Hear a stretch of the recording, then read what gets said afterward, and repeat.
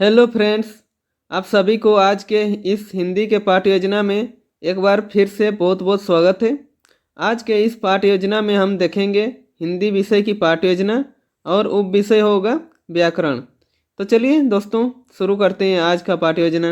यदि हमें किसी भी विषय का लेसन प्लान बनाना हो तो सबसे पहले हम लोग को जनरल इन्फॉर्मेशन फिल करनी होगी। अब जनरल इन्फॉर्मेशन में क्या क्या होती है चलिए देखते हैं। सबसे ऊपर आप देख सकते हैं पाठ योजना संख्या 11 लिखी हुई है। आपको पाठ योजना संख्या लिखनी होती है, जितनी भी संख्या आपके पाठ योजना की होगी। तो आज का हिंदी विषय का पाठ योजना संख्या है 11, ठीक है। उसके बाद आपको यहाँ पे विद्यालय का नाम लिखना है, ठीक है, विद्यालय का नाम। उसके बाद यहाँ पे छात्राध्यापक अथवा छात्राध्यापिका का नाम लिखेंगे। यदि पुरुष होंगे तो छात्राध्यापक का नाम लिखेंगे और महिला होंगे तो छात्राध्यापिका का नाम लिखेंगे, ठीक है। उसके बाद कलांश, कलांश यानी कि पीरियड, ठीक है। आप कौन सा पीरियड में क्लास ले रहे हैं ये आपको यहाँ पे मेंशन करना है, ठीक है। उसके बाद कक्षा, आप किस कक्षा के लिए लेसन प्लान बना रहे हैं उस कक्षा का नाम लिखेंगे। उसके बाद यहाँ पे लिखेंगे विषय, विषय आज का कौन सा विषय है तो हिंदी, ठीक है।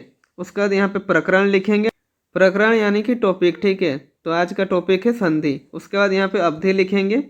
तो अवधि कितना है 45 मिनट, ठीक है। किसी किसी विद्यालय में 35 मिनट होता है, ये आपके विद्यालय के हिसाब से लिख लीजिएगा, ठीक है। उसके बाद यहाँ पे दिनांक लिखेंगे। यहाँ पे दिनांक इसीलिए लिखा जाता है क्योंकि जो भी आपका फाइल चेक करता है फ्यूचर में तो पता चलता है कि आप किस विषय को किस दिन पढ़ाने के लिए गए थे।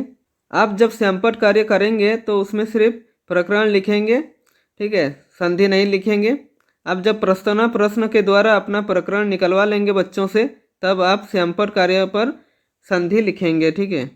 ऐसे बहुत सारे वीडियो पाने के लिए आप इस चैनल को सब्सक्राइब कर लीजिए और आप किसी भी विषय का लेसन प्लान चाहते हैं तो कमेंट करके बता सकते हैं।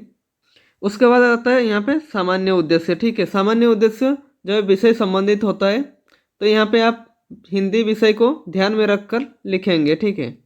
यानी कि बच्चों में हिंदी विषय को पढ़ाने से किन किन चीज़ों का विकास होगा, ठीक है। इसमें मिनिमम आप 3 से 4 पॉइंट लिख सकते हैं, मैक्सिमम 8 से 10 पॉइंट लिखा जा सकता है, ठीक है।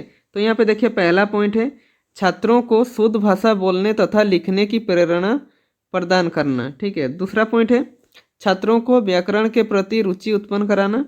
और तीसरा पॉइंट है छात्रों में विश्लेषण की योग्यता विकसित कराना, ठीक है।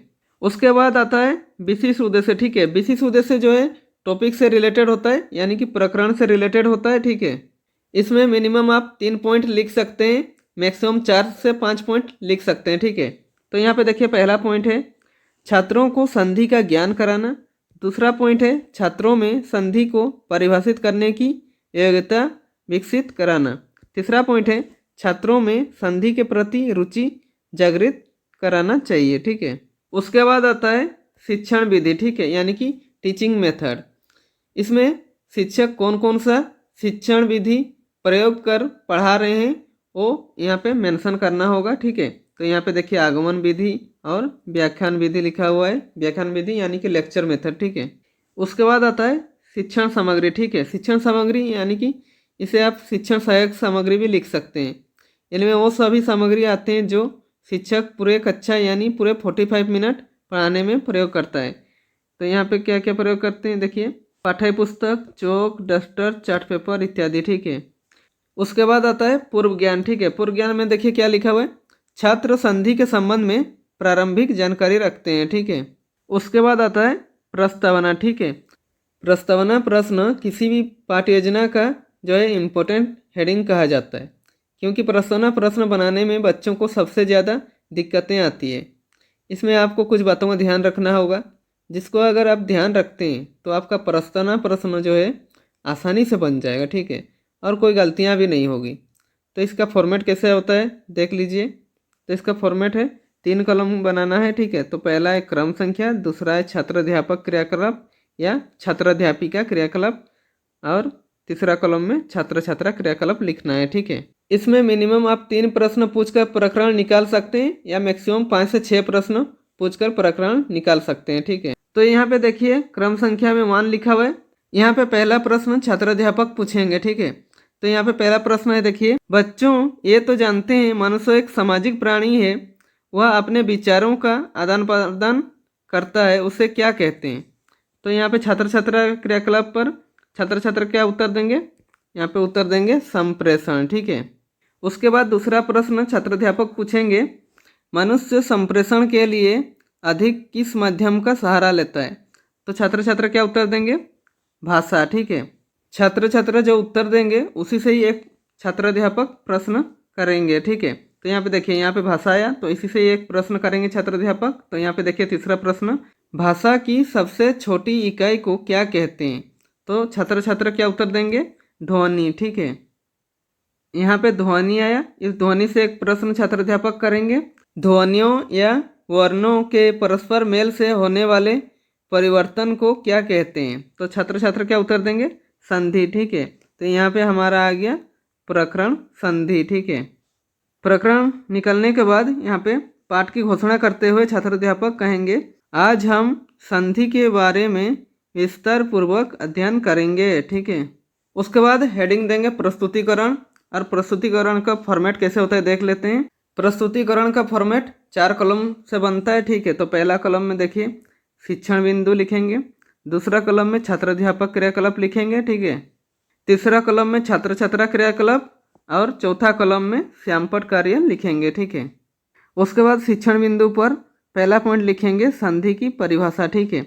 उसका छात्राध्यापक क्रियाकलाप पर लिखेंगे परिभाषा, निकटतम ध्वनियों के मध्य होने वाले मेल को ही संधि कहा जाता है। ठीक है।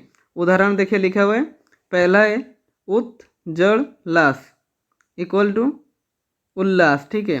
दूसरा है जगत जोड़ नाथ बराबर जगन्नाथ। ठीक है। उसके बाद छात्र छात्रा क्रियाकलाप पर लिखेंगे, छात्र ध्यानपूर्वक सुनेंगे और अपने उत्तर पुस्तिका में लिखेंगे। ठीक है। उसका श्यामपट कार्य पर जो छात्राध्यापक क्रियाकलाप पर जो लिखा जाता है उसी को श्यामपट कार्य पर भी लिखा जाता है। ठीक है। देखिए यहाँ पर लिखा हुआ है। उसके बाद शिक्षण बिंदु पर दूसरा पॉइंट देंगे प्रकार। ठीक है। तो संधि के कितने प्रकार होते हैं यहाँ पे लिखेंगे, संधि के 3 प्रकार होते हैं। ठीक है। पहला है स्वर संधि, दूसरा है व्यंजन संधि और तीसरा है विसर्ग संधि। ठीक है।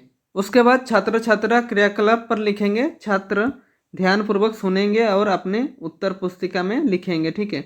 उसके बाद यहाँ पे श्यामपट कार्य पर लिखेंगे प्रकार, संधि के 3 प्रकार होते हैं, पहला है स्वर संधि, दूसरा है व्यंजन संधि, तीसरा है विसर्ग संधि। ठीक है। उसके बाद शिक्षण बिंदु पर लिखेंगे विश्लेषण। ठीक है। तो यहाँ पे संधि का जो 3 प्रकार है उसका विश्लेषण करेंगे। ठीक है। तो पहला है स्वर संधि, तो इसका परिभाषा है, 2 स्वरों का परस्पर मेल होने से किसी एक स्वर या दोनों स्वरों में जो परिवर्तन होता है वह स्वर संधि कहलाता है। ठीक है। जैसे उदाहरण में देखिए, पहला है रमा जोड़ ईस बराबर रमेश। ठीक है। दूसरा है महा जोड़ आत्मा बराबर महात्मा। ठीक है। उसके बाद दूसरा नंबर में है व्यंजन संधि, तो इसका परिभाषा है, व्यंजन के बाद किसी स्वर या व्यंजन के आने से उस व्यंजन में जो परिवर्तन होता है वह व्यंजन संधि कहलाता है। ठीक है। जैसे उदाहरण में दिक जोड़ दर्शन बराबर दिव दर्शन। उसका दूसरा है दिक जोड़ गज बराबर दिग्गज। ठीक है। उसके बाद जो छात्राध्यापक क्रियाकलाप पर जो लिखा गया है उसको श्यामपट कार्य पर भी लिखेंगे। ठीक है। यहाँ पे आप देख सकते हैं। उसके बाद तीसरा है विसर्ग संधि। ठीक है। तो इसका परिभाषा देखिए, विसर्ग के बाद किसी स्वर या व्यंजन के आने से विसर्ग में जो परिवर्तन होता है उसे विसर्ग संधि कहते हैं। ठीक है। जैसे कि उदाहरण में पहला है नि जड़ चल बराबर निश्चल। ठीक है। दूसरा है नि जोड़ ठुर बराबर निष्ठुर। ठीक है। उसके बाद छात्र छात्रा क्रियाकलाप पर लिखेंगे, छात्र ध्यानपूर्वक सुनेंगे तथा समझेंगे और अपनी लेखन पुस्तिका में लिखेंगे। ठीक है। उसका छात्राध्यापक क्रियाकलाप पर जो लिखा गया है उसी को श्यामपट कार्य पर भी लिखेंगे। ठीक है। जैसे कि यहाँ पे आप देख सकते हैं, आप वीडियो को पॉज करके लिख लीजिएगा। उसके बाद आता है यहाँ पे बोधात्मक प्रश्न। ठीक है। छात्राध्यापक द्वारा जो बच्चों को पढ़ाया गया है वो समझ में आया कि नहीं, ये जानने के लिए बच्चों को बीच बीच में 1 या 2 प्रश्न पूछे जाते हैं। ठीक है। तो यहाँ पे देखिए पहला प्रश्न है, संधि कितने प्रकार के होते हैं। तो छात्र छात्र क्या उत्तर देंगे, 3 प्रकार। ठीक है। उसका दूसरा प्रश्न है, देखिए विसर्ग संधि के 2 उदाहरण दें। तो छात्र छात्र क्या उत्तर देंगे, देखिए नमो जोड़ ते बराबर नमस्ते। उसका दूसरा है नि जोड़ तार बराबर निस्तार। छत्र छत्र जो उत्तर देंगे वो छत्र छत्र क्रियाकलाप पर लिखेंगे। ठीक है, यहाँ पे प्रस्तुतिकरण कंप्लीट होता है। यदि आप प्रस्तुतिकरण में और एक्स्ट्रा कुछ ऐड करना चाहते हैं तो ऐड कर सकते हैं और प्रस्तुतिकरण को बढ़ा सकते हैं, ये आपके ऊपर डिपेंड करता है। ठीक है, उसके बाद आता है पुनरावृत्ति। ठीक है, पुनरावृत्ति यानी कि जो हमने पढ़ा उसे फिर से रिक्रिएशन किया जाता है। तो यहाँ पे देखिए संधि, इसका परिभाषा लिखा हुआ है। उसके बाद यहाँ पे देखिए संधि के 3 प्रकार होते हैं। तो 3 प्रकार कौन कौन से हैं? पहला है स्वर संधि, दूसरा है व्यंजन संधि, तीसरा है विसर्ग संधि। ठीक है, जो आज हमने पढ़ा। उसके बाद आता है मूल्यांकन। ठीक है, इसमें आपने जो पढ़ाया बच्चों को कितना समझ में आया है ये जानने के लिए 1 या 2 प्रश्न पूछे जाते हैं। ठीक है, तो पहला प्रश्न है संधि किसे कहते हैं, दूसरा प्रश्न है विसर्ग संधि किसे कहते हैं। ठीक है, उसके बाद आता है गृह कार्य। ठीक है, गृह कार्य पे ऐसे प्रश्न दीजिए जिससे बच्चों का रिवाइज करने का मौका भी मिले और आप उनको चेक भी कर सके। ठीक है, तो यहाँ पे पहला प्रश्न है संधि के कितने भेद होते हैं, उदाहरण सहित लिखें। यहाँ पे आप 1 या 2 प्रश्न दे सकते हैं। ठीक है, इसी के साथ हमारा आज का लेसन प्लान कंप्लीट होता है। यदि वीडियो पसंद आए तो लाइक कर दीजिए और हो सके कैसी लगी वीडियो कमेंट बॉक्स में कमेंट करके भी बता सकते हैं। ठीक है।